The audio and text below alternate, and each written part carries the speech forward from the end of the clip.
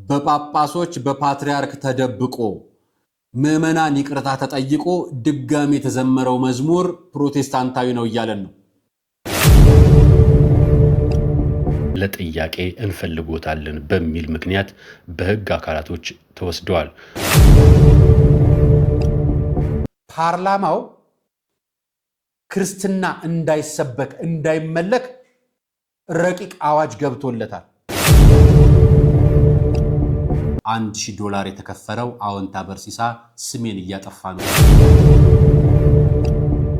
ሰላም ጤና ይስጥልኝ ውድ የአርአያ ሚዲያ ቤተሰቦቻችን እንደምን አላችሁ? በያላችሁበት ሰዓት አቆጣጠር እንዳላችሁበት ሁኔታ ሰላማችሁ ብዝት ይበል ማለት ፈልጋለሁ። ወንድም እህቶቼ፣ ታላቅ ታናሾቼ እንደየእድሜያችሁና እንደየክብራችሁ መጠን ሰላማችሁ ይብዛ። ታሞ የተኙ በሆስፒታል ያሉ በጸበል ስፍራ የሚገኙ ሁሉንም እግዚአብሔር ይማርልን። ዛሬ እመቤታችን ቅድስተ ቅዱሳን ወላዲተ አምላክ ድንግል ማርያም አይደለችም? እንኳን ለእመቤታችን አደረሳችሁ። ቅድስት ድንግል ማርያም ከሁሉ ነገር ትጠብቃችሁ። እሷ የሁሉ ነገር ምሳሌ አይደለች? እቅፍ ድግፍ ታደርጋችሁ።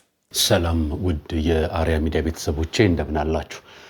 አሁን ፕሮግራም ሰርቼ ከወጣው በኋላ የደረሰኝ መረጃ ነውና እንደ አጋጣሚ የመምህር ደረጀ ነጋሽ ዘወይንዬ ሊቀ ትጉሃን በዛሬው ዕለት በቁጥጥር ስር መዋላቸውን በህግ አካላት በማህበራዊ ትስስር ገጻቸውም በመረጃም በውስጥ ለኩል ተክልኮልኝ ነበርና መረጃውን ለእናንተ ላጋራችሁ። ሊቀ ትጉሃን መምህር ደረጀ ነጋሽ ዘወይንዬ በዛሬው ዕለት መጋቢት 21 2018 ዓ.ም የመምህር ሲሳይ አዳንን ጉዳይ ለመከታተል በሄዱበት ለጥያቄ እንፈልጎታለን በሚል ምክንያት በህግ አካላቶች ተወስደዋል። ሁላችሁም በጸሎት አስቧቸው። እግዚአብሔር አምላክ ጤናቸውን ጠብቆ በሰላም ዳግም ወደ ቤታቸውና ወደ ስራቸው እንዲመለሱ ይፍቀድ በሚል ማህበራዊ ትስስር ገጽ ላይ የደረጀ ዘወይንዬ ሚዲያ ላይ መጋራቱን ተከትሎ ማህበራዊ ሚዲያዎች እያጋሩት ይገኛሉ። እኛም በጉዳዩ ላይ ተጨማሪ ማብራሪያዎች ይዘን እንመጣለንና ሊቀ ትጉሃን መምህር ደረጀ ነጋሽ ዘወይንዬ በቁጥጥር ስር መዋላቸውን መረጃዎች ያሳያሉ። እሳቸውንም በምህረቱ ያስባቸው፣ ከክፉ ነገር በሙሉ ይጠብቃቸው፣ በጸሎታቸው ታስባቸው ዘንድ ይህን መረጃ ለእናንተ አጋራዋችሁ። ይህን ነገር ላሰማችሁ። እስኪ መጀመሪያ ይህን ላሰማችሁ፣ ከዛም ፕሮግራሞችን ጫፍጫፎቹን ነግራችኋል። አቡነ ዘበሰማያት ይትቀደስ ስምከ ትምጻእ መንግሥትከ ወይኩን ፈቃድከ። እዚህ መንግስት ልታስገባን በምልጃዋ የምትራዳን እናታችን ቅድስተ ቅዱሳን ድንግል ማርያም ትክበር፣ እኛንም ትራዳን። ትላንት ቅዳሜና ትላንትና እሁድ፣ ከትላንት ወዲያ ቅዳሜና እሁድን ቤተ መቅደስ ለሄዳችሁ ድንገት ሰምታችሁ እንደው አስባችሁበትም ለሄዳችሁ እግዚአብሔር ያክብራችሁ። እናንተም በየቀኑ ቅዳሴ ለመሄድ ደግሞ ተዘጋጁ። ሁሉ ጊዜ ንስሐ ለመግባት ቅዳሴ ለማስቀደስ ለመቀደስ ስጋው ደግሞ ለመቀበል ሰም ለመስገድ ለመጾም ለመጸለይ በርቱ። እሺ፣ ይሄን ብያችሁ የዛሬው ፕሮግራም ከመንገሬ በፊት አንድ ነገር ነግራችኋለሁ።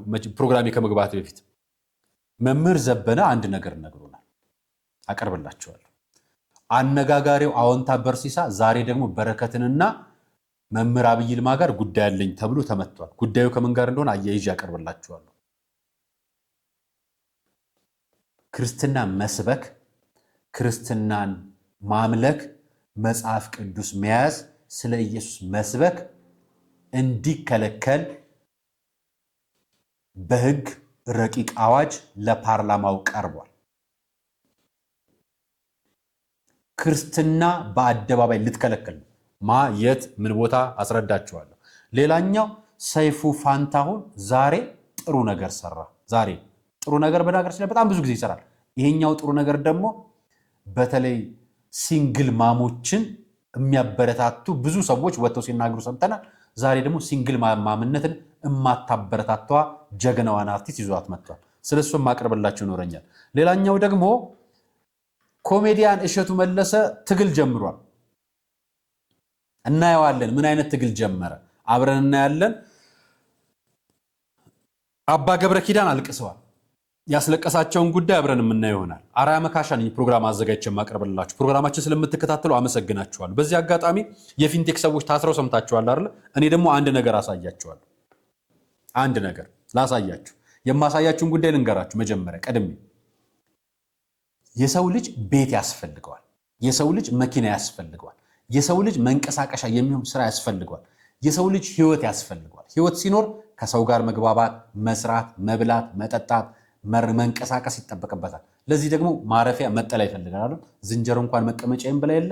እኔ ቴምር ሪል ስቴትን ለእናንተ ይዤላችሁ መጥቻለሁ። ይዤላችሁ ስመጣ ቤታችሁን ስትረከቡ፣ ቤታችሁን ስትዋዋሉ፣ አንደኛው ነገር ውል በጋራ መያዝ አንደኛው ኃላፊነት፣ ሁለተኛው ነገር ደግሞ የምታውቁትን ቤት ዛሬ በ8 ዓመታት ውስጥ 7 ሳይቶችን የተለያዩ ቦታዎች ላይ ለደንበኞቹ ያስረከበ ታማኝ መሆኑን በተጨባጭ በማስረጃም ጭምር የተረጋገጠለት። ከዚህ በኋላ ያለውን ደግሞ ለእናንተ በቡልጋሪያና በአዋሬ ላይ 2 ሳይቶች ላይ ከባለ አንድ በ36 ወራት የምትረከቡት 35% ቅናሽ ያደረገለትን ቤት አምጥቶላችኋል። ተጨማሪ ደግሞ በቡልጋሪያና በፒያሳ ከባለ 20 ካሬ ሜትር ጀምሮ ሰፋ ያለ እናንተ በምትፈልጉት መጠን ከ900 ሺህ ብር ጀምሮ ሱቆች ለንግድ አምጥቶላችኋል። ቤት እየኖራችሁ የምትነግዱበት ስፍራ ከፈለጋችሁ ቴምር ሪል ስቴትን እንድታናገሩ ጋብዛችኋለሁ። እናንተም እነሱን ማግኘት ፈልጋችሁ ስልክ ካላችሁኝ የምሰጣችሁ ስልክ 0992895758 ላይ ደውሉላቸው። ከማስታወቂያውና ከመሸጋገሪያው በኋላ ወደ ፕሮግራማችን እንገባለን።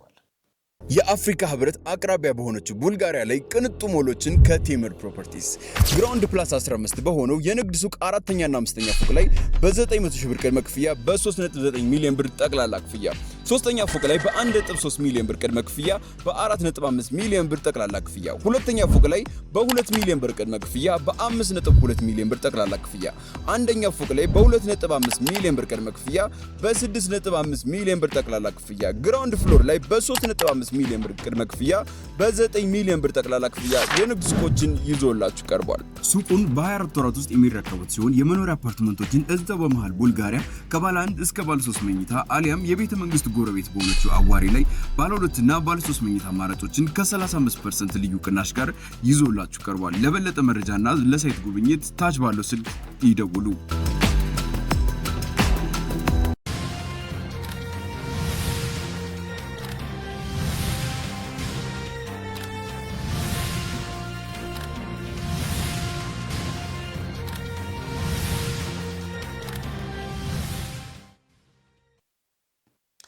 አመሰግናለሁ። የመጀመሪያው ፕሮግራሜ ይሄ መምህር ዘበነን አንድ መልእክት አስተላልፈውልናል። ዛሬ ከትላንትናዋ ጀምሮ ኒቆዲሞስ ነው አይደለም? እንስማቸው። ይቅርታ። በቤተ ክርስቲያናችን በዚህ በሰባተኛው ሰንበት ላይ ኒቆዲሞስ ተብሎ ከዮሐንስ ወንጌል ምዕራፍ 3 ላይ የሚነበበው የወንጌል ቃል እንዲህ ይላል። በመጀመሪያ ኒቆዲሞስ ተብሎ የተሰየመው ኒቆዲሞስ የተባለ ምሁረ ኦሪት የአይሁድ አለቃ ሌሊት እየሄደ ጌታን እንሆ ትምህርት እየጠየቀ ይማር የነበረ የጌታ ደቀ መዝሙር ነው። በመጨረሻም ይህን ክብሩን እግዚአብሔር አይቶለት በአርማቴም መሴፋ ከነበረው እንሆ ከዮሴፍ ጋራ ከባለጸጋው ጋራ ጌታን ለመገነዝ የበቃ፣ ጌታን ለመንካት የበቃ፣ ጌታን ለመዳበስ የበቃ ታላቅ ጻድቅ ነውና የዚህም ቅዱስ ሰው በረከት በሁላችን ላይ አድሮ ይኖር። ኒቆዲሞስ እሱ ነው። በዮሐንስ ወንጌል ምዕራፍ 3 ላይ አንድ ቀን ሌሊት ኒቆዲሞስ እንደለመደው ወደ ጌታ መጥቶ ሲማር እንዲህ የሚል ትምህርትን ያስተማረው፣ ከሥጋ የተወለደ ሥጋ ነው፣ ከመንፈስ የተወለደ መንፈስ ነው። ይሄን ትምህርት ነበር ኒቆዲሞስ የተማረው። ይሄም ሚስጥሩ እንዲህ ነው። ከሥጋ የተወለደ ሥጋ ነው፣ ከመንፈስ የተወለደ ግን መንፈስ ነው። ኒቆዲሞስ አታድንቅ፣ አንተም እንደምታስበው ሰው ወደ እናቱ ማህፀን ዳግመኛ ገብቶ አይወለድም። ከመንፈስ መወለድ ማለት ግን ከውሃና ከመንፈስ መወለድ ጥምቀት ነው አለው። ዳግመኛ ልትወለዱ ያስፈልጋችኋልም ስላልኩ አታድንቅ አለው። ስለዚህ ክርስቲያኖች ከዚህ ትምህርት የምንረዳው የሰው ልጅ 2 ልደት አለው። በመጀመሪያ አምላካችን 2 ልደት እንዳለው ኢየሱስ ክርስቶስ፣ እኛም 2 ልደት ብቻ ነው ያለን። ኢየሱስ ክርስቶስ 2 ልደት ብቻ ነው ያለው። 3 የለውም፣ 1 የለውም፣ 4 የለውም። 2 ልደት ብቻ ነው ያለው። አንደኛ ጥንት ዘመን የማይቆጠርለት ቅድመ ዓለም ከአብ የተወለደው መወለድ፣ ወልድ ከአብ የተወለደው መወለድ ነው። እንዲህ ማለት ግን አብ አባት በመሆኑ ልጁን ወልድን አይበልጠውም። ወልድም ልጅ በመሆኑ ከአብ ከአባቱ አያንስም፣ መቀዳደምም የለም። አብ ወልድ መንፈስ ቅዱስ መቀዳደም የለም፣ አንዱ ካንዱ አይበልጥም። አብርሃም ይስሐቅን በፍጥረት እንደሚያዘው በታላቅነት ይስሐቅ ያዕቆብ እንደሚያዘው በአብ በወልድ በመንፈስ ቅዱስ ዘንድ እንደሱ የለም። አብ ወልድ መንፈስ ቅዱስ ሰለስቱ ስም አሃዱ እግዚአብሔር፣ አንድ እግዚአብሔር አንድ አምላክ ነው። ግን ቅድመ ዓለም ያለ እናት ከአብ የተወለደው አንዱ ልደት ሲሆን የኢየሱስ ክርስቶስ ሁለተኛው ልደቱ ደግሞ ድህረ ዓለም እዚህ ምድር ላይ መጥቶ ከመቤታችን ከቅድስት ድንግል ማርያም የተወለደው መወለድ ነው። እሱም ያለ አባት ያለ ሕማም ነው። ያ ያለ አባት ያለ ድካም ነው። ከድንግል ሲወለድ ደግሞ ያለ ሕማም እነሆ ያለ አባት ነው። እሷን ሴቶች የሚሰማቸው ሳይሰማት፣ እሱን ሕፃናት የሚሰማቸው ሳይሰማው፣ አዎ በማይመረመር ምስጢር ተወለደ። ሁለት ልደት እሱ ነው። እኔና እናንተም ሁለት ልደት አለን። እዚሁ ወንጌል ላይ ለኒቆዲሞስ ምን ይለዋል? የምድሩን ካላመናችሁ የሰማዩን ብነግራችሁ እንዴት ታምናላችሁ? በምድር ከድንግል ማርያም መወለዴን ካላመናችሁ ከሰማይ ከአብ ዘንድ እወለዳለሁ ብላችሁ ሚስጥረ ሥላሴስ እንዴት ይገባችኋል? ይላል። ስለዚህ ሁለት ልደት አለው። አንድ ቅድመ ዓለም፣ ኋላም ድህረ ዓለም። ቅድመ ዓለም ያለ እናት ያለ ድካም፣ ድህረ ዓለም ያለ አባት ያለ ሕማም። ሌላው እኔና እናንተ ሁለት ልደት አለን። ኒቆዲሞስ በተባለው በዚህ 7ኛ ሳምንት ላይ የምናየው ልደታችንን ነው። ከስጋ የተወለደ ምንድነው? ስጋ ነው። ከመንፈስ የተወለደ ምንድነው? መንፈስ ነው። ከስጋ የተወለዳችሁት ከእናትና ከአባታችሁ የተወለዳችሁት ነው። ሁሉም ሰው ከእናትና ከአባቱ ተወልዷል። ይሄ ምን ልደት ይባላል? የስጋ አባትና እናት አለን። የስጋ ንብረት ያወርሱናል። አላፊ ጠፊ ነው። ከውሃና ከመንፈስ የምንወለደው ግን ከአብራከ መንፈስ ቅዱስ ከማኅፀነ ዮርዳኖስ በ40ና በ80 የምንጠመቀው ጥምቀት ነው። እሱም ከውሃና ከመንፈስ መወለድ ነው። ይሄም የእግዚአብሔር ልጅነት ነው። አንዳንድ ሰው ካደኩ በኋላ እጠመቃለሁ ብሎ ያስባል። መርጬ አይቼ ይላል። መጀመሪያ በኦርቶዶክስ ቤተክርስቲያን የማያምን ሰው ቤተሰብ ልጅ ቢመጣ አይጠመቅም። በ40ና በ80 የሚጠመቁት የሚያምኑ የክርስቲያኖች ልጆች ናቸው። ምክንያቱም እነሱ ክርስቲያኖች ናቸው፣ ልጆቻቸውም ክርስቲያኖች ናቸው። የሚወርሱት የእናት አባታቸውን ርስት ነው። የሚመረጥ እምነት የለውም። ኤፌሶን 4:5 አንድ ጌታ፣ አንድ ጥምቀት፣ አንድ ሃይማኖት፣ ሌላ ነገር የለም። ስለዚህ የክርስቲያን ልጅ የሆኑ ግን ይጠመቃሉ። ስለዚህ እግዚአብሔር በሰጠን በዚህ ጸጋ ወንዶች በ40 ቀን ሴቶች በ80 ቀን ጥምቀትን ያገኛሉ። በ40 ቀን ለምን እንደምንጠመቀው በ80 ቀን ለምን እንደምንጠመቀው እግዚአብሔር አዳምና ሔዋንን ኤልዳ በተባለ ምድር ፈጠራቸው። አዳምን በ40 ቀን ገነት ከተተው፣ ሔዋንን በ80 ቀን ገነት ከተታት። እኛም ወደ እግዚአብሔር መንግስት የምታገባ ጥምቀትን በ40ና በ80 ቀናችን በተወለድን እናገኛለን። ከስጋ የተወለደ ስጋ ነው፣ ከመንፈስ የተወለደ ግን መንፈስ ነው ወገኖቼ። ስለዚህ ይህ በኦርቶዶክስ ቤተክርስቲያናችን የሳምንት ኒቆዲሞስ ብለን ስንጠራ ሁለቱን ልደታችንን እንመለከታለን። የጌታንም ሁለቱን ልደቶች እናስባለን። ይህ ክብራችን ነው። ይህ ሃይማኖታችን ነው። ይህ የተሰጠን ታላቅ ጸጋ ነው። ሌላው ግን ስጋዊ ሁሉ ከፉ፣ ስጋዊ ሁሉ ከንቱ፣ ስጋዊ ሁሉ አላፊ ነው። ስለዚህ የዚች ምድር ህይወት እጅግ አጭር መሆኗን ተገንዘቡ። ብዙ ሰው ለዚች አጭር እድሜው ሲሰርቅ፣ ሲያመነዝር፣ ሲዘሙት፣ ሲሰክር፣ ሲቅም፣ ሲያጨስ ይኖራል። እግዚአብሔር ልባችሁን ይቀድስ፣ ከክፉ ሐሳብም ያውጣችሁ። አንዳንዴ ያስቸግራችሁ ይሆናል ከዛ ለመላቀቅ፣ ግን እግዚአብሔር ይችላል። እግዚአብሔር ሁሉን ያደርጋል። ጸንታችሁ ከቆማችሁ እግዚአብሔር ይቀድሳል። መቅደስ ነሻ። ስለዚህ እግዚአብሔር በውስጣችን ያድራል። ስለዚህ በውስጣችን እንዲያደርግን የስጋን አስተሳሰብ አረቀን። ሮሜ 12:1 ወንድሞቼ እህቶቼ ይሄን ዓለም አትምሰሉ፣ በልባችሁ መታደስ ተለወጡ ይላል። በልብ መታደስ፣ የልብ መቀደስ፣ ይሄንን ነው እግዚአብሔር የሚሻው። ስለዚህ ከስጋ የተወለደ ስጋ ነው፣ ከንቱ ነው የሚሆነው የስጋው ነገር። በመንፈስ መወለድ ይችን ሳምንት ኒቆዲሞስ ነች የምናከብራት። ከመምህራችን ከቀሲስ ዘበነ ለማ እንደሰማነው መልእክቱን ቀጥታ ነው ያስተላለፍኩላችሁ። ሌላኛው ያስኩላችሁ አነጋጋሪው መረጃ $1000 የተከፈለው አዎንታ በርሲሳ ስሜን እያጠፋ ነው የሚል መረጃዎች ፋኒ ገጽ በሚል ፋኒ ኢትዮጵያ የሚል በረከት አደራ ለአዎንታ በርሲሳ የሰጠችው አስተያየት ላይ የሚገልጽ መረጃ አጋርቷል። አዎንታ በርሲሳ እኔን ለመስደብ በነ አብይ ይልማና አሼ ገበሬው አማካኝነት $1000 ተከፍሎታል። አዎንታ 46 ሰው ከሷታል ቢልም አንድ ከሳሽ እንኳን ባለመቅረቡ ፍርድ ቤቱ አሰናብቶኛል። ከጀርባ ብዙ የጥቅሙ ተካፋይ አመራሮች አሉ። አብዛኞቹ እርምጃ ተወስዶባቸዋል፣ እየተወሰደባቸውም ነው። ህመም ላይ በመሆኔ ለጊዜው እንደፈለገ እንዲያናፋ ፈቅጄለታለሁ። ይሻለኝና ከነ ተከፈለው ደረሰኝ ከነ ዝርዝሩ ከነ ድርድሩ እመለሳለሁ። በረከት አደራ አብይ ይልማ ለአዎንታ በርሲሳ $1000 ከፍሎት ነው ስሜን እያጠፋው የሚል መረጃ አጋርታለች። ዛሬ ጠዋት ፌስቡክ አዎንታ በርሲሳ የሚለው ገጽ ላይ ደግሞ ይሄ ተጋርቶላቸዋል።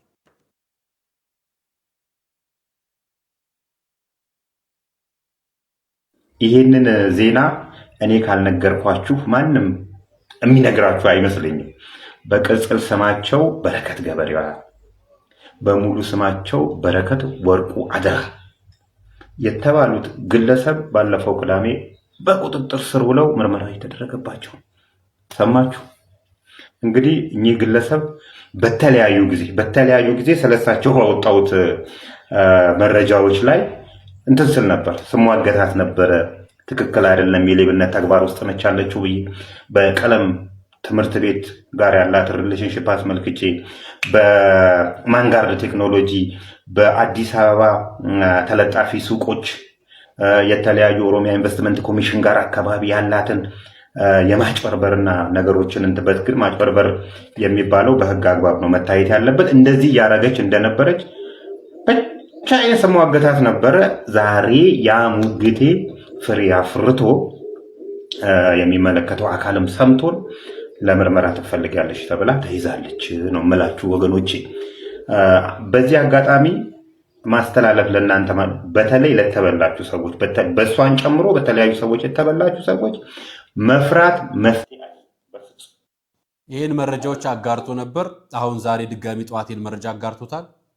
እንግዲህ እሷ በረከት ገበሬዋ ማህበራዊ ሚዲያ ላይ ያጋራችውን ወይ ደግሞ ኢትዮጵያ ፋኒ የሚለው ገጽ ያጋራውን መረጃ በጋራ የምንሰማ ይሆናል።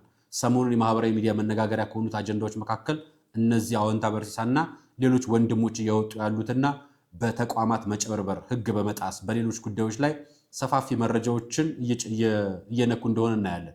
አንዳንዶቹ ግለሰባዊ የሆኑ ጉዳዮች ሁሉ እየተነሱ ከዛን ከጀርባው ደግሞ ፖለቲካዊ የሆኑ አጀንዳዎች የሚመስሉ ነገሮች ከጀርባ እንዳይኖራቸው ለማድረግ እየጣሩ የሚያነሱት ስራ አንዳንዶቹ የሚደግፉ ናቸው፣ አንዳንዶቹ መረጃዎቹ የተጣሩ አይደለም። ይሄ ማስፈራራት ቃሎች ያሉበትና ዛቻዎች ያሉበት ነገሮች እናያለን። እንግዲህ ውጤቱን በጋራ የምናየው ይሆናል። እኛ የምንፈልገው ሰላማዊ ሀገር፣ ህግ ያከበረ ኢትዮጵያዊ፣ መንግስት የተከበረባት ሀገር፣ ሰላማዊ ኢትዮጵያዊ ነው የምንፈልገውና ይሄን አይቼላችኋል። አሁን የምነግራችሁ መረጃ ሁላችሁም ያስደነግጣል። ፓርላማው ክርስትና እንዳይሰበክ እንዳይመለክ ረቂቅ አዋጅ ገብቶለታል። ይሄንን የነገረችን አንድ እህታችን ነች። ስሟት፣ የህግ ባለሙያ ነች። የክርስትና እምነት ከሀገሪቷ እንዲወጣ ረቂቅ ህግ ተዘጋጅቶ ለፓርላማ ቀርበዋል። እንዴት ዋላችሁ? ጠበቃና የህግ አማካሪ ሲናን ግርማ ነኝ። ይሄ ረቂቅ ህግ እንግዲህ የወጣው የክርስትና እምነት እንዲቀር ከሀገሪቷ እንዲወጣ ማለት ነው። ረቂቅ ህግ ያወጣችው ሀገረ እስራኤል ናት። በሀገረ እስራኤል ክርስትናን መስበክ መከተል በቃልም ይሁን በኢንተርኔት፣ በሚዲያ፣ በኢሜል፣ በማንኛውም ኤሌክትሮኒክስ እና በቃልም ቢሆን የክርስትናን እምነት መስበክ መናገር እስከ 2 ዓመት ድረስ እስር እንደሚያስቀጣና ኢየሱስ ክርስቶስ ደግሞ አምላክ ስለመሆኑ መመስከር እስከ 3 ዓመት የሚያሳስር መሆኑን የሚያስረዳ የክርስቶስን አምላክነት መስበክ መመስከርም እንግዲህ ወደ እስር ቤት እንደሚያስገባ ነው ማለት ነው። እንግዲህ የሚታይ ይሆናል። ይህ ረቂቅ ህግ ይጸድቃል ወይስ አይጸድቅም የሚለው አብረን የምናየው ነው የሚሆነው። ገና ህጉ ረቂቅ ነው፣ ተግባር ላይ አልዋለም ማለት ነው። አመሰግናለሁ። ኢትዮጵያዊ ጠበቃ እንግዲህ የምትነግረን በእስራኤል ሀገር ኢየሱስን መስበክ 2 ዓመት ያሳስራል፣ በኢሜል መላላክ ያሳስራል፣ በአካል ጭራሽ መስበክ በአደባባይ መስበክ እስከ 3 ዓመት ያሳስራል፣ ማምለክ 3 ዓመት ወንጀለኛ ያደርጋል። ይሄንን የምትነግረን ጠበቃዋ ነች። ሐሰት እንዳይሆን ብለን መረጃውን ማህበራዊ ትስስር ገጽ ላይ ዌብሳይቶች ላይ ገብተን ለማየት ሞክር። እስራኤል ፕሮፖዝ ሎው ቱ ባን ክርስቲያኒቲ ይላል። በሀገሪቷ ክርስትና እንዳይሰበክ፣ ስለ ክርስቶስ እንዳይሰበክ እያደረገች ነው የሚል ነው። አብዛኛው የእስራኤል ነዋሪ ጁዊሽ ነው ወይ ደግሞ የአዳኝ መሲህ ይመጣልናል፣ አዳኝ ክርስቶስ ይመጣልናል ብለው የሚጠብቁ አማኞች ናቸው የሚበዙበት። ይሄንን በተለያየ አጋጣሚ በተለያየ ጊዜ መረጃዎችን ማህበራዊ ሚዲያ ላይ እንደምታዩት ነው። እና እነሱ የሚጠብቁት ክርስቶስ አላቸው፣ እኛ ደግሞ የምንለው ሐሳዊ መሲህ ነው። አሁን በኢትዮጵያ እና ጉብኝቱ ይቀራል ማለት ነው። እስራኤል ቀራኒው አይታይም ማለት ነው። የእመቤታችን መቃብር የክርስቶስ መቃብር የተሰደደበት ስፍራ አይታይም፣ ጉብኝቱ ይቀራል ማለት ነው። ቤተክርስቲያኖች ይታገዳሉ ማለት ነው። ይሄ ማለት እስራኤል ቀጣይ የቱሪዝም መስህቧንም ቀጣይ የክርስትና መሰረት ነች ተብላ የምትገለጽበትንም ነገር ልታግር ትችላለች። ያ ከታገደ እስራኤል ውስጥ ክርስቶስ የሚባል አባት እንደመጣልን እነሱ ይዘጋሉ፣ እኛ እናምናለን። የኛ አባት ሰማያዊ መንግስትን የሚያወርሰን እንግዲህ ምን ይሆናል? እንደምታዩት ዜናውን ባፕቲስት ፕሬስም ዘግቦታል፣ ዝርዝር ዘገባውን ዘግቦታል። 2 ዓመት 3 ዓመት ያሳስራል። ወራቶች የሚያሳስሩ ቅጣቶች አሉ። በስልክ ስለ ክርስቶስ ማውራት፣ በስልክ መስበክ፣ ኢሜል መላላክ፣ ጽሁፍ መበተን፣ ጽሁፍ ማተብ፣ መጽሐፍ ቅዱስ ይዞ መገኘት፣ ሌላውም ጭምር የመጽሐፍ ቅዱስ አንቀጽ መቀየር አይደለም። ስለ ክርስቶስ መስበክ በየትኛውም ስፍራ በየትኛውም ቤተክርስቲያን ማምለክ ወንጀል ይሆናል። ይሄንን የምታደርገው እስራኤል ነች። የተሰቀለው የት ነው? እዛው። የሚከለከለው የት ነው? እዛው። ምን ሰማው ይሆናል? ይሄ መጽሐፍ ቅዱስ ቃል እየተፈጸመ ነው አይደል? ስለ ክርስቶስ መስበክ ትከለከላላችሁ። ማውራትም መናገርም የማትችሉበት ጊዜ ይመጣል የተባለው ቃል እየተፈጸመ ነው አይደል? ለማንኛውም በዚህ ጉዳይ ላይ መመራን ወደፊት አምጥቼ ማናገርላችሁ ይሆናል። በዜናም ደረጃ ይኸውላችሁ፣ ምክንያቱም ኢትዮጵያ ያወራች ብላችሁ ብቻ አትመኑ። ይኸው Conservative Christian leaders are calling on Prime Minister Benjamin Netanyahu to stop a bill proposed by members of his coalition to make it criminal to tell people about Jesus in Israel. Our Jerusalem correspondent Daniel Cohen is live near Tel Aviv with more. Good morning, Daniel. Good morning, Allison. Good morning, everyone. A big story just before days before Palm Sunday, Good Friday, and Easter. Sacred time for Christians.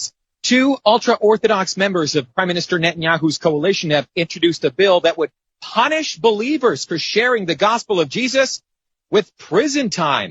United Torah Judaism Knesset members Moshe Gafni and Yaakov Asher introduced legislation last week making it illegal to share in conversation or produce content online, in print, or by mail. Their explanation of the bill emphasizes a warning to stop Christians in particular. The punishment, 1 year in prison or 2 years for sharing with someone under the age of 18. Joel Rosenberg is the host of the Rosenberg Report and editor-in-chief of All Israel News.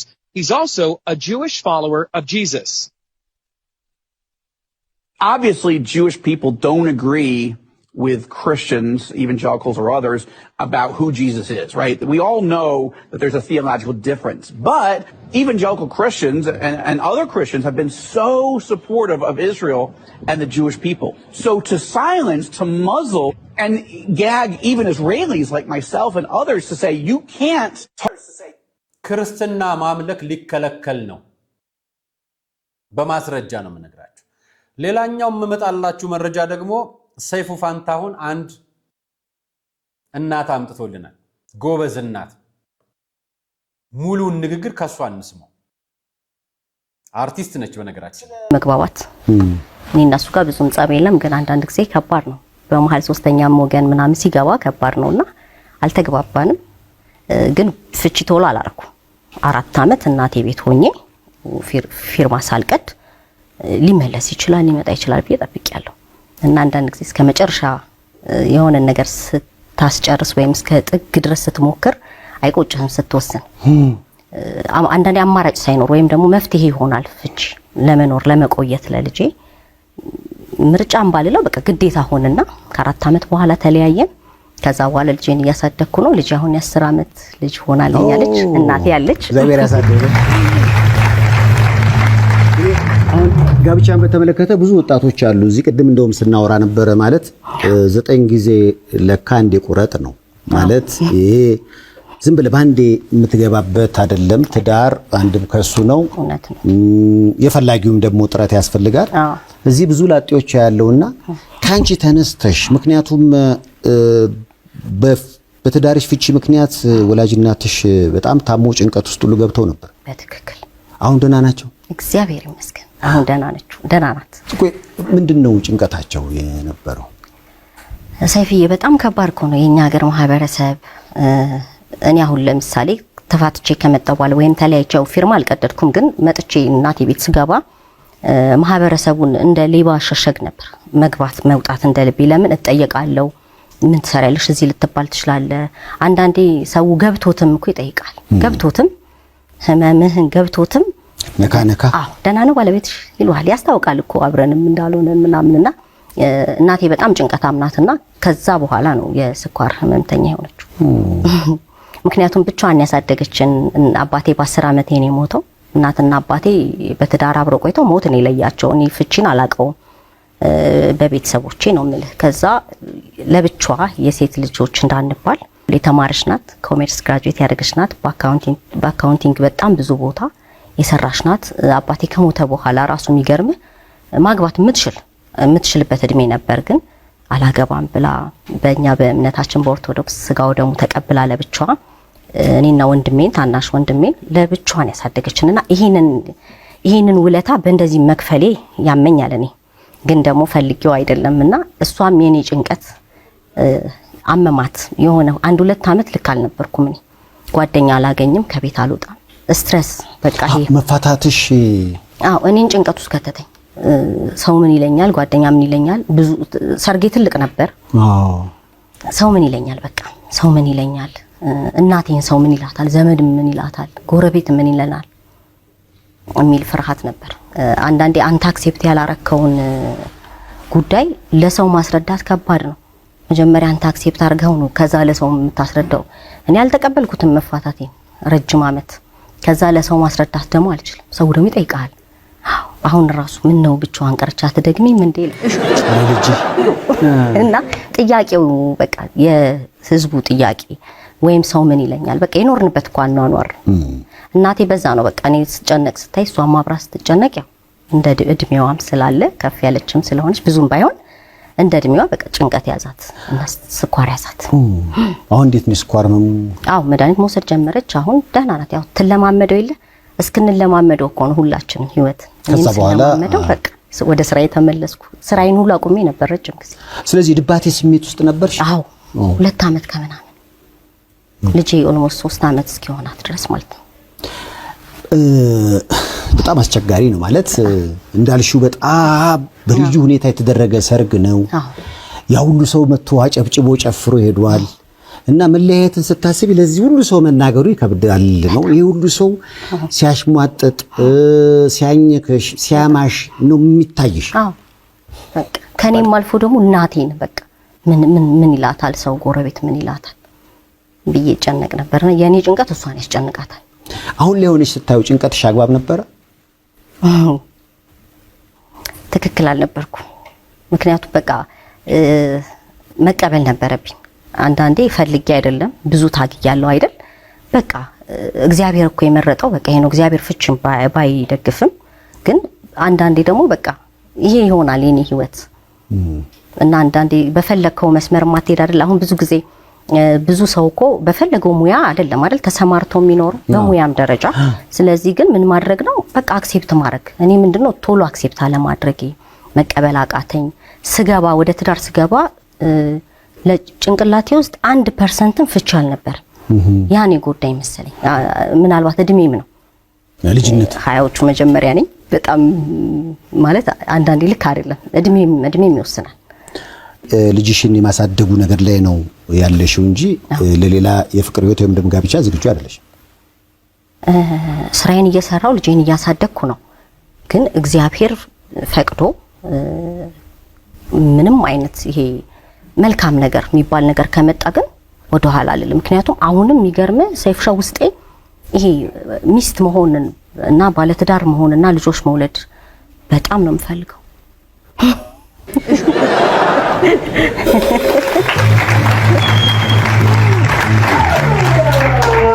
ልብሽ በጣም ይፈልጋል። ማጨበጭበላት ጎበዝ አርቲስት ኑ ሲንግል ማሞች ጉዳችሁን ስሙ። መከራችሁን እውነት የተናገረች ስቃያችሁን በእውነት የተነፈሰች አደባባይ ወጣ የትዳርን ጥቅም የቤተሰብን መልካምነት የማህበረሰብን ተጽዕኖ ፊት ለፊት ያሳየች እህት አለቻችሁ። ይቺ አርቲስት ሰይፉ ፋንታውን ላይ ወጣ እንዲህ በአደባባይ ነገረችላችሁ። ኑ ጉዳችሁን ስሙ። ኑ ጉዳችሁ መከራችሁ ስቃያችሁን ስሙት። ሲንግል ማምነት ነው የምፈልገው የሚለው ቃል ብቻውን ጥቅም የለው። ማህበራዊ ሚዲያ ላይ ለመነጋገሪያ ለአጀንዳ የሚሆን ብቻ አይደለም። ኢትዮጵያዊነት ነው። ሲንግል ማምነት የእናትነት መገለጫውን ብቻ አይደለም። አንዳንዶች ፈልገው የሚያደርጉ እንዳሉ እናውቃለን። ማህበራዊ ሚዲያ ላይ አጀንዳ የሚሆኑ አንዳንዶች ፈልገውት ሳይመጣባቸው መከራና ስቃያቸው እንዲያካፈሉን አሉ። እግዚአብሔር የልብሽን መሻት ይፈጽምልሽ እህታችን። ሌሎቻችሁም ማለት ነው ለእንዲህ በአደባባይ ለምትናገሩትና ለምትፎክሩት ነው የምናገሩ። እሸቱ መለሰ ኮሜዲያን እሸቱ መለሰ መነጋገር የሆነ አጀንዳ ከፈተ። ከሱ በፊት ግን ይሄን ቪዲዮ ላሳያችሁ፣ ስሙት። ለማስታወስ ጳጳሶችም ምዕመኖችም ስሙት። ቅዱስነቶ ላደረጉልኝ ፍቅር ላሎት ወደር የሌለው ፍቅር መገለጫ ይሆናል ብዬ አይደለም፣ ስለከበደኝ ነው። ማድረገው ነገር ስለከበደኝ ነው። ብፁዓን አባቶችም ስለምትወዱኝ ብቻ ሳይሆን አክብራችሁ ስለምትጠብቁኝም በብዙ መንገድ ስለምትመሩኝም ወደር የሌለ ምስጋናዬን ለሳቀርብላችሁ እንደው ተንበርክኬም ጭምር ነው። ተንበርክኮ አመሰገነ። ይሄ ማን ነበረ? የፍኖተ ጽድቅ መስራች ባለቤት። ስህተቶችን ሰርቻለሁ። መላውን ኦርቶዶክሳዊ ይቅርታ እጠይቃለሁ። የኔ እምነት ኦርቶዶክሳዊ እምነት፣ የኔ ስርዓት አምልኮ ኦርቶዶክሳዊ ስርዓት አምልኮ፣ የኔ ትውፊት ኦርቶዶክሳዊ ትውፊት፣ የኔ ታሪክ ኦርቶዶክሳዊ ታሪክ ብቻ መሆኑ ዳግመኛ ሳረጋግጥላችሁ በታላቅ አክብሮት ነው። ይሄን ሰምተን እሸቱ መለሰ የተቀላቀለው ዘመቻ አላሰማችሁ። አዲስ የተለቀቀ ስራ አላቸውና ይሄ የግጥሙ ሐሳብ የትኛውን ቤተክርስቲያን ይወክላል? እስቲ አጣራ። የሰጠኝ ምላሽ አብረን ያለን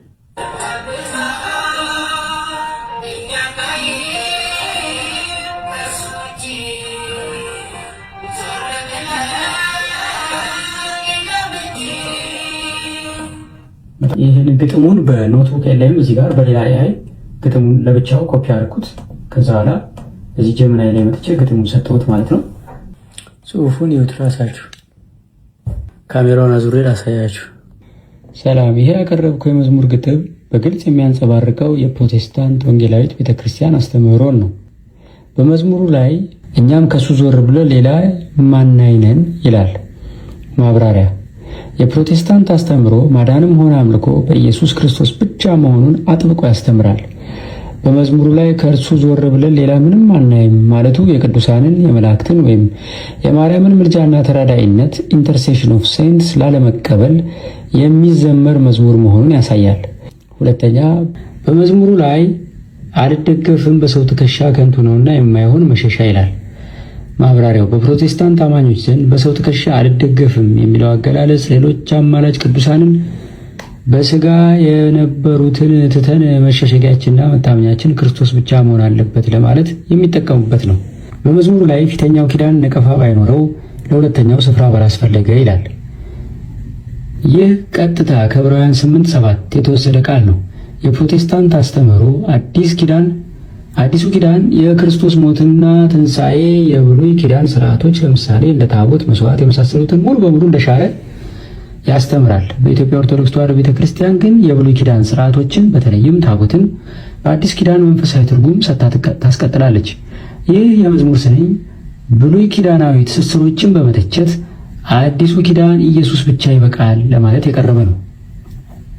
የመዝሙሩ አገባብና ቃላት አጠቃቀም ወይም ተርሚኖሎጂ ንብረት ሆነን የአንዱ ጌታ ኢየሱስ ነው ዋናችንና በዋጋ ተገዝታችኋልና የሚሉት ሐረጎች በኢትዮጵያ ፕሮቴስታንት አብያተ ክርስቲያናት ውስጥ በስፋት የሚዘወተሩና የሚታወቁ የቃላት አጠቃቀሞች ናቸው። በማጠቃለል መዝሙሩ መዳን፣ መታመንና መገዛት ለኢየሱስ ክርስቶስ ብቻ ነው፣ ሌላ አማራጭ ወይም የብሉይ ኪዳን ስርዓት አያስፈልገንም የሚለውን መሰረታዊ የፕሮቴስታንት እምነትን በግልጽ የሚያንጸባርቅ ነው።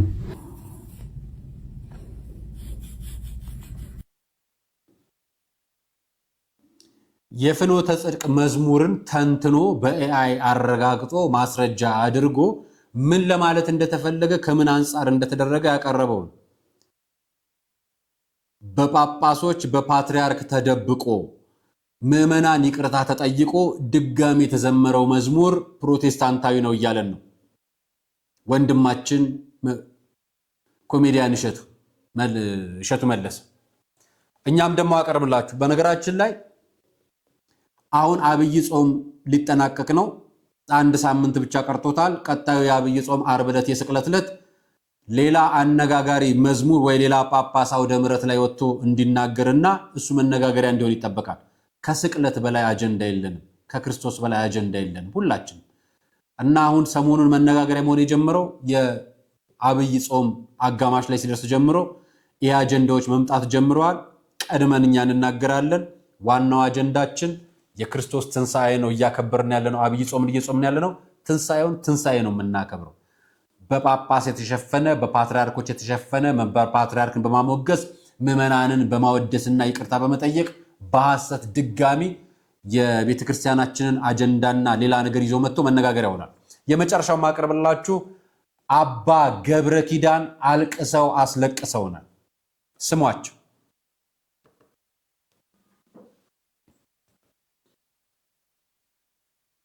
የቤተ ክርስቲያን ሰላም ይናፍቀኝ። የቤተ ክርስቲያን ሰላም የክርስቶስ ደም ብቻ የሚሰበክበት ገንዘብ ጓቢ ጠቅሎ ወጥቶ ሰው ከክርስቶስ ጋር የሚኖርበት ቀን ይናፍቀኝ። ቤተ ክርስቲያን መከራ ውስጥ ናት።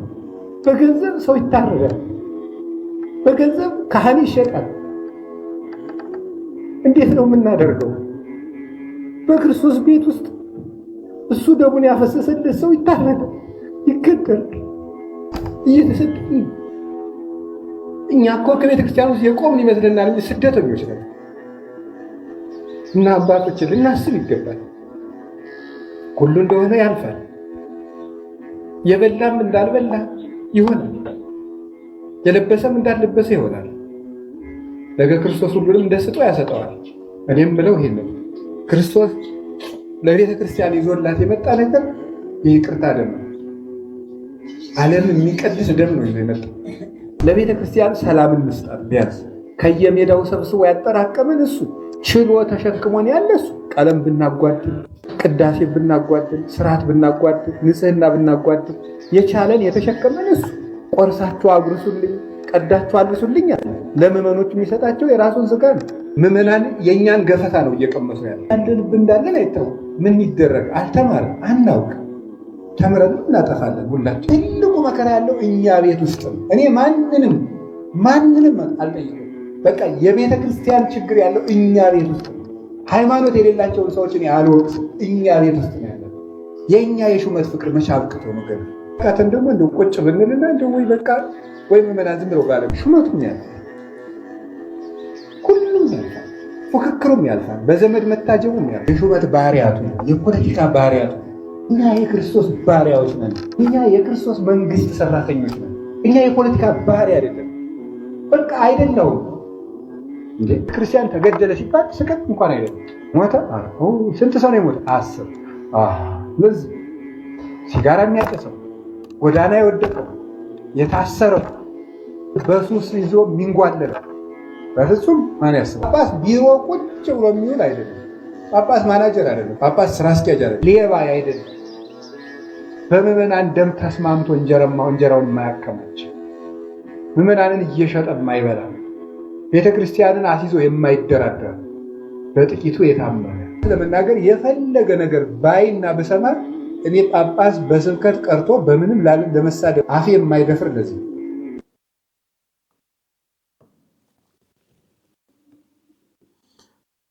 በዝምታ ልለያችሁ አይደለ? ዛሬ መልእክቱን እናሰላስል። የዛሬው ቆይታ ይመስል ነበር። አርአያ መካሻን ፕሮግራሙን አዘጋጅቼ ያቀረብኩላችሁ። ለነበረኝ ቆይታ አመሰግናለሁ። ሰናይ ቀን። የአፍሪካ ህብረት አቅራቢያ በሆነችው ቡልጋሪያ ላይ ቅንጡ ሞሎችን ከቴምር ፕሮፐርቲስ ግራውንድ ፕላስ 15 በሆነው የንግድ ሱቅ 4ኛና 5ኛ ፎቅ ላይ በ900 ሺህ ብር ቅድመ ክፍያ በ3.9 ሚሊዮን ብር ጠቅላላ ክፍያ፣ 3ኛ ፎቅ ላይ በ1.3 ሚሊዮን ብር ቅድመ ክፍያ በ4.5 ሚሊዮን ብር ጠቅላላ ክፍያ፣ 2ኛ ፎቅ ላይ በ2 ሚሊዮን ብር ቅድመ ክፍያ በ5.2 ሚሊዮን ብር ጠቅላላ ክፍያ፣ 1ኛ ፎቅ ላይ በ2.5 ሚሊዮን ብር ቅድመ ክፍያ በ6.5 ሚሊዮን ብር ጠቅላላ ክፍያ፣ ግራውንድ ፍሎር ላይ በ3.5 ሚሊዮን ብር ቅድመ ክፍያ በ9 ሚሊዮን ብር ጠቅላላ ክፍያ የንግድ ሱቆችን ይዞላችሁ ቀርቧል። ሱቁን በ24 ወራት ውስጥ የሚረከቡት ሲሆን የመኖሪያ አፓርትመንቶችን እዛው በመሃል ቡልጋሪያ ከባለ 1 እስከ ባለ 3 መኝታ አሊያም የቤተ መንግስት ጎረቤት በሆነችው አዋሪ ላይ ባለ 2 እና ባለ 3 መኝታ አማራጮችን ከ35% ልዩ ቅናሽ ጋር ይዞላችሁ ቀርቧል። ለበለጠ መረጃና ለሳይት ጉብኝት ታች ባለው ስልክ ይደውሉ።